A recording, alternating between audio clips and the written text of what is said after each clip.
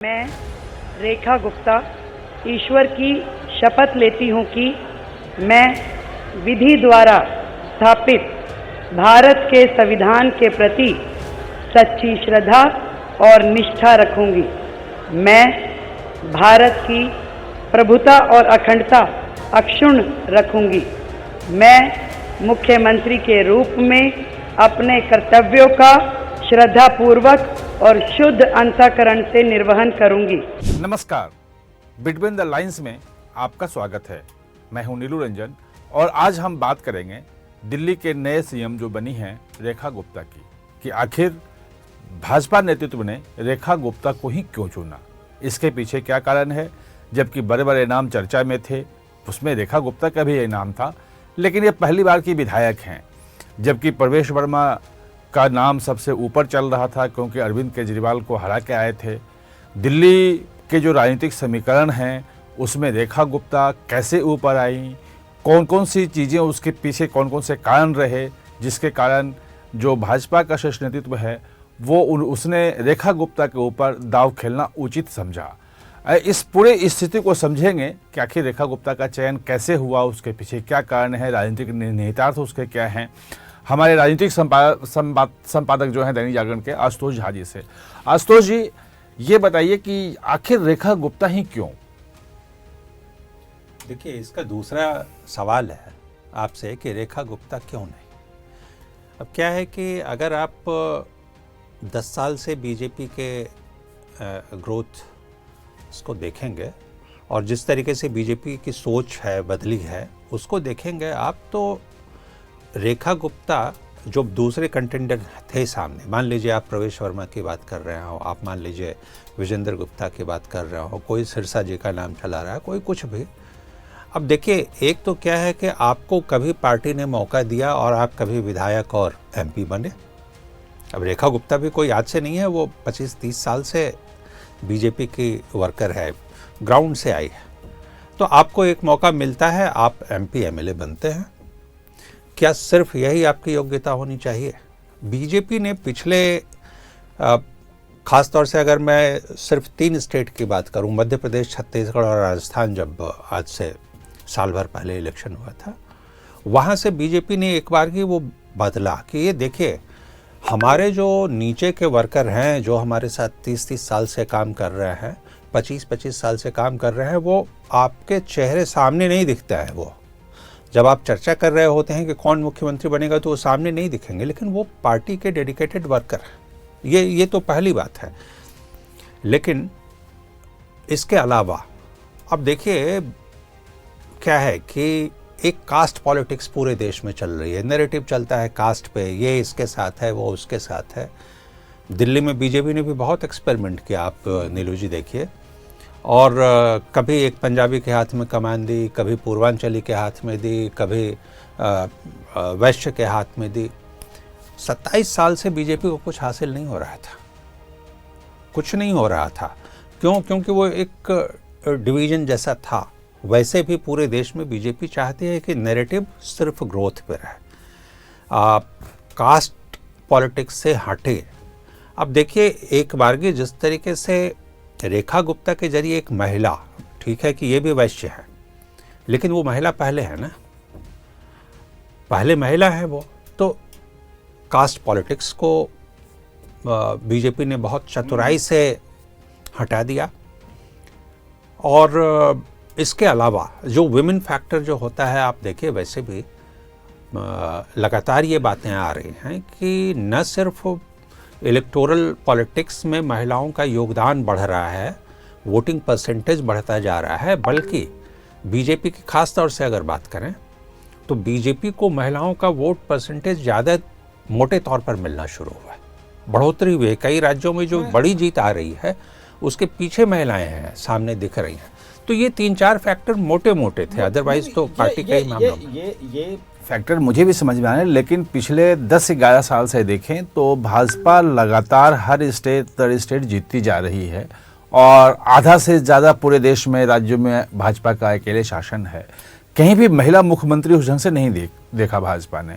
एक महिला मुख्यमंत्री के रूप में जब वसुंधरा राजे का नाम था, एक बड़ी नेता थी राजस्थान में जो बार बार मुख्यमंत्री बनती थी, वो भी धीरे धीरे साइडलाइन हो गई। जो मध्य प्रदेश में उमा भारती थी, उन्होंने संन्यास ले लिया, वो बाहर हो गई। स्मृति ईरानी जो हैं एक बड़ी नेता के रूप में आई थी, और अमेठी का चुनाव जो दूसरी बार हारने के बाद वो भी लगभग मतलब सक्रिय राजनीति में तो है और बाकी चीज़ें हैं, लेकिन उस ढंग से सामने नहीं है। तो क्या भाजपा को एक बड़े नारी चेहरे की तलाश थी, कोई महिला बड़ा चेहरा हो और दिल्ली उपयुक्त लगा उसको? नहीं, देखिए, ये कहना सही नहीं होगा कि भाजपा में वुमेन फेस नहीं था। भाई, निर्मला सीतारमण तो सबसे बड़ी उदाहरण है ना, जो देश की रक्षा मंत्री रह चुकी हैं, जो 8वें टर्म में लगातार उन्होंने बजट पेश किया है, जो वित्त मंत्री इसके पहले और उसके पहले भी कई फेसेस थे। स्मृति ईरानी की बात आप कर रहे हैं, वो अभी भी पार्टी के अंदर है, पार्टी में एक्टिव है, बहुत सारे रोल निभा रही है। ठीक है, वो इलेक्शन नहीं जीत पाई तो अभी फ़िलहाल बाहर है। दिया कुमारी राजस्थान में उप मुख्यमंत्री है। अभी तक क्या था, देखिए नीलू जी, कि देश में सिर्फ एक महिला मुख्यमंत्री थी अब तक, ममता बनर्जी। और ममता बनर्जी खुद पार्टी सुप्रीमो है, तो छोड़ दीजिए, वो तो पार्टी सुप्रीमो हो, जो चाहेगी वो करेगी। बीजेपी ने एक महिला को यहाँ दिया, तो एक जो आपने बात कही कि एक महिला मुख्यमंत्री के रूप में, बाकी जितनी पॉलिटिकल पार्टी है मैं उसकी बात कर रहा हूँ, वो सिर्फ बीजेपी के पास है एक महिला मुख्यमंत्री। तृणमूल को आप अलग कर दें तो ये एक फैक्टर है। और यही एक बड़ा मैसेज भी है कि बीजेपी महिलाओं का विकास चाहती है। देखिए, एक तो क्या है, सारे इलेक्शन में आजकल कहीं भी, किसी भी इलेक्शन में देखिए, महाराष्ट्र में देखिए, हरियाणा में देखिए, कहीं भी, दिल्ली में भी ये बातें चली कि महिलाओं के हाथ में कुछ पहुंचाना है। तो एक तो आप डोल दे रहे हैं कि भाई चलिए आपको 2500 रुपये, जो कि दिल्ली में भी महिलाओं को 2500 रुपये जो एलिजिबल होंगी उसके लिए 2500 रुपये मिलेंगे। और प्रधानमंत्री ने कहा है कि 8 तारीख से पहले, यानी जाहिर तौर पर 8 को महिला दिवस है, 8 मार्च को, तो 7 को शायद मिल जाए, जो भी है। अब ये तो एक बात है। दूसरा ये कि हम महिलाओं के हाथ में ही कमान दे रहे हैं। सशक्तिकरण दोनों तरीके से, आर्थिक रूप से जो नीचे स्तर पर जो महिलाएं हैं उसका, स्वयंसेवी समूह का आप अगर केंद्रीय लेवल पे बात करें तो नरेंद्र मोदी गवर्नमेंट में बहुत फोकस दिया गया है, जिसमें कि लखपति दीदी की बात आई कि 2 करोड़ लखपति दीदी बनानी है, और ड्रोन का प्रशिक्षण, अलग अलग तरीके से एक सशक्तिकरण की बात हो रही है। लेकिन संगठन में एक ग्रासरूट लेवल से, छात्र राजनीति से उभरी हुई महिला जो यहाँ मुख्यमंत्री तक पहुंची है, मतलब उस लायक कोई उस ढंग की नेता शायद भाजपा को मिल नहीं रही थी, जो इतने निचले स्तर से और शीर्ष स्तर, मतलब अभी भी बनने के पहले वो महिला मोर्चा की राष्ट्रीय उपाध्यक्ष थी, मतलब बड़ा पोस्ट होता है, तो उस लेवल तक वो पहुंची हैं। तो क्या ऐसे नेता की तलाश थी भाजपा को कि कोई इस ढंग से ग्रास रूट लेवल पे आए? देखिए, तलाश तो पार्टी हमेशा ही कर रही है ना। यही तो इस पार्टी की यही खूबी है कि नीचे से लोगों को लाया जा रहा है, जिसको कि मौका अवसर नहीं मिला था, लेकिन वो पार्टी में डेडिकेटेड रूप से काम कर रही हैं। महिलाएं या कोई भी पुरुष में भी ऐसे लोग लाए गए। जब भजनलाल शर्मा की बात हुई कि राजस्थान में ला दिए गए, या छत्तीसगढ़ में विष्णुदेव साय की बात हुई, तो ये लोग वर्षों से पार्टी के लिए काम कर रहे हैं। पार्टी जो जिम्मेदारी दे रही है वो निभा रहे हैं।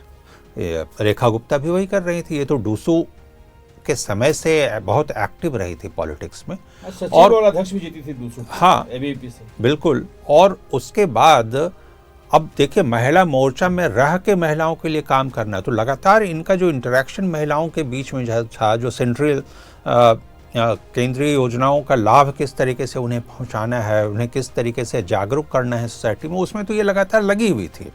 अब एक बड़ा रोल इनको दिया गया है कि अब आप यहाँ आइए और दिल्ली को संभालिए। दिल्ली में जाहिर तौर पर सारी चीज़ें हैं, महिलाएं भी बहुत बड़ी संख्या में हैं, और बाकी अब यहाँ से उनका एक विजन दिखना शुरू होगा। तो ये उनके ग्रोथ हिस्ट्री का एक बड़ा हिस्सा है। यहाँ से उनका एक उभार दिखेगा, जहाँ से उनको प्रूव करना पड़ेगा जाहिर तौर पर कि अब जो जिम्मेदारी उनको दी गई है वो उसे कितना पूरा कर पाए। लेकिन क्या लगता नहीं है कि दिल्ली की कुछ खास स्थिति है कि जब आप साहिब सिंह वर्मा को हटा करके और मुख्यमंत्री बनाना हुआ, भले वो 52 दिन के लिए बनाई गई हों, लेकिन सुषमा स्वराज आई, कांग्रेस ने भी उसके बाद जो है वो शीला दीक्षित को बनाया, वो 15 साल मुख्यमंत्री रहीं। और केजरीवाल तो खैर पार्टी के हेड थे तो मुख्यमंत्री बने, लेकिन जब उनको छोड़ना पड़ा तो 6 महीने के लिए सही, लेकिन वो आतिशी को बनाई। तो दिल्ली में महिला जो मुख्यमंत्री है, मतलब कुछ खास विशेष है यहाँ पे, जो कि हर पार्टी जब कुछ लाती है तो महिला को लाती है, वरना पूरे देश में अगर ममता बनर्जी को छोड़ दे तो कोई महिला मुख्यमंत्री कहीं दिखती नहीं, कहीं है नहीं। देखिए, जो शीला दीक्षित, तो क्या है, शीला दीक्षित 15 साल तक यहाँ रहे। मतलब अभी तक के दिल्ली के पूरे चुनावी इतिहास को देखें तो सबसे लंबे समय तक वही रही, 15 साल तक रही। भाजपा तो दूसरी बार अभी सत्ता में आई ही है। पहली बार जब सत्ता में आई तो 2-3 मुख्यमंत्री बदल गए और उसमें बहुत छोटा सा पीरियड सुषमा स्वराज को दिया गया था। सुषमा स्वराज एक बहुत ही मल्टी फेसेटेड पर्सनैलिटी, बहुत ही योग्य प्रशासक ये थी, जो कि बाद में उन्होंने केंद्रीय मंत्री के रूप में भी दिखाया। लेकिन क्या हुआ कि मौका नहीं मिला उन्हें, वो एक इशू आया और वो वहाँ से। लेकिन शीला दीक्षित का नाम यहाँ पर अभी भी दिल्ली में लिया जाता है कि दिल्ली में अब तक जो हुआ उसके पीछे कौन, तो बताया जाता है शीला दीक्षित। जो आपने आतिशी की बात की वो तो मजबूरी थी, मजबूरी में इसलिए बता रहा हूँ कि ठीक है आपने 6 महीने के लिए कमान दी उसे, लेकिन कमान देते ही अगर आप उसे बोलें कि ये अस्थायी मुख्यमंत्री है, यानी बदलने वाली मुख्यमंत्री है, तो फिर आखिर उसकी हैसियत क्या बचती है। तो इसीलिए मैं काउंट नहीं करता हूँ, मैं डिस्क्रेडिट भी नहीं करूँगा कि आतिशी ने अगर कुछ काम किया हो तो मैं उसे डिस्क्रेडिट भी नहीं करना चाहता हूँ। जो उनके बस में था उन्होंने किया, ये और ख़ास तौर से तब किया जबकि अपनी पार्टी के अंदर ही वो घिरी हुई थी, उनके सहयोगी ही उनकी हैसियत पे सवाल खड़ा कर रहे हो, तो भी जो किया। लेकिन ये सच है कि अब चूँकि ये भी आई हैं और ये स्थायी मुख्यमंत्री के रूप में आई हैं, तो ये तो माना जाएगा कि भाई चाहे जैसे भी हो, जिस कारण से भी हो, लेकिन दिल्ली में महिला प्रशासक की भूमिका तो दिख रही है। आप याद कीजिए ना कि एक टाइम में केजरीवाल के खिलाफ भाजपा ने कैंडिडेट खड़ा किया था किरण बेदी को। अगर उस समय चुनाव जीत जाती तो किरण बेदी मुख्यमंत्री होती थी, एक और महिला मुख्यमंत्री उसमें जुड़ी होती।